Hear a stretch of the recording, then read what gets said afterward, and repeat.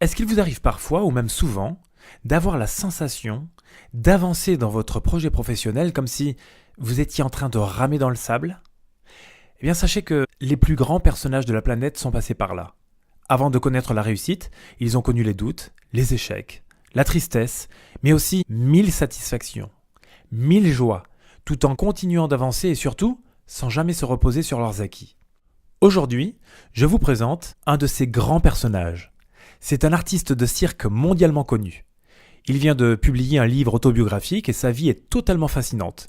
Vous allez comprendre comment, petit à petit, cet acharné du bien-faire a forcé le destin pour d'abord gagner ses premiers sous et plus tard, suivre une immense carrière à succès. Thierry présente.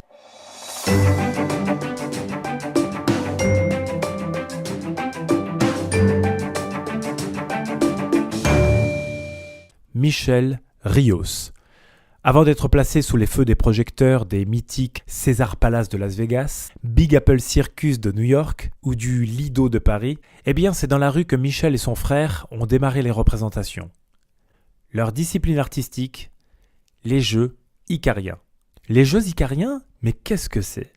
Eh bien c'est un exercice de voltige acrobatique. Le porteur, dos au sol, propulse avec les pieds son coéquipier. Le voltigeur qui, bras écartés, virevolte alors dans les airs. Et c'est complètement fou. Il tourne à toute vitesse, multiplie les figures, il semble tourner comme un soleil.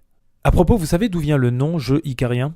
Il vient du nom Icare, personnage de la mythologie grecque, connu pour être mort du fait d'avoir volé trop près du soleil. Nous sommes dans le hall du Cirque Phénix à Paris, lors du 40e Festival mondial du cirque de demain. Michel Rios est en pleine séance dédicace de son livre autobiographique « L'improbable vie d'un acrobate ». Et dans son livre, ce grand artiste se confie sans concession. Michel Rios, pourquoi avoir écrit ce livre ? J'avais quelque chose à raconter. Je ne voulais surtout pas que ça s'oublie. L'acquis. Il faut dire que j'ai commencé comme un petit enfant de 6 ans et je fais ce métier. J'en ai 77, ça fait 70 ans que je fais ce métier et je ne voulais pas que ça s'oublie, c'est tout. Voilà. Et pourquoi avoir choisi de faire une séance dédicace au cirque de demain ? Parce que c'est demain. Alors que moi je suis d'hier et ça c'est demain. Et c'est bien. Est-ce que c'est pour transmettre quelque chose au travers de votre livre ? Tout est marqué dedans. Tout est à l'intérieur. Toute la transmission est... Enfin, c'est surtout le passé que je raconte. Mais c'est grâce au passé qu'on arrive à évaluer le futur. Mais il faut dire que quand j'ai commencé, on n'avait pas le choix. On faisait la quête dans la rue. On a connu les bistrots nord-africains de Barbès, oui, à faire la quête.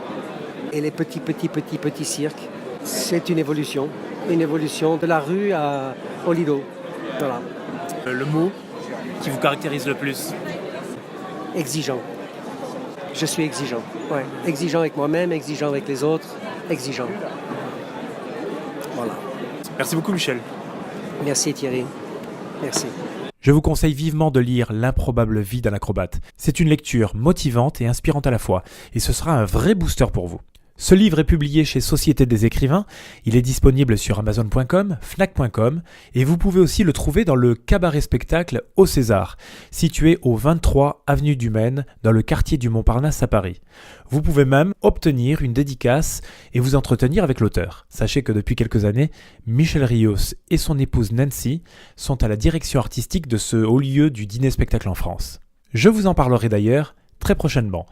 C'est terminé pour cet épisode de Thierry Présente. Je vous propose de vous abonner à ma chaîne YouTube et laissez-moi un commentaire. Votre avis m'intéresse. Allez, à très bientôt de vous retrouver.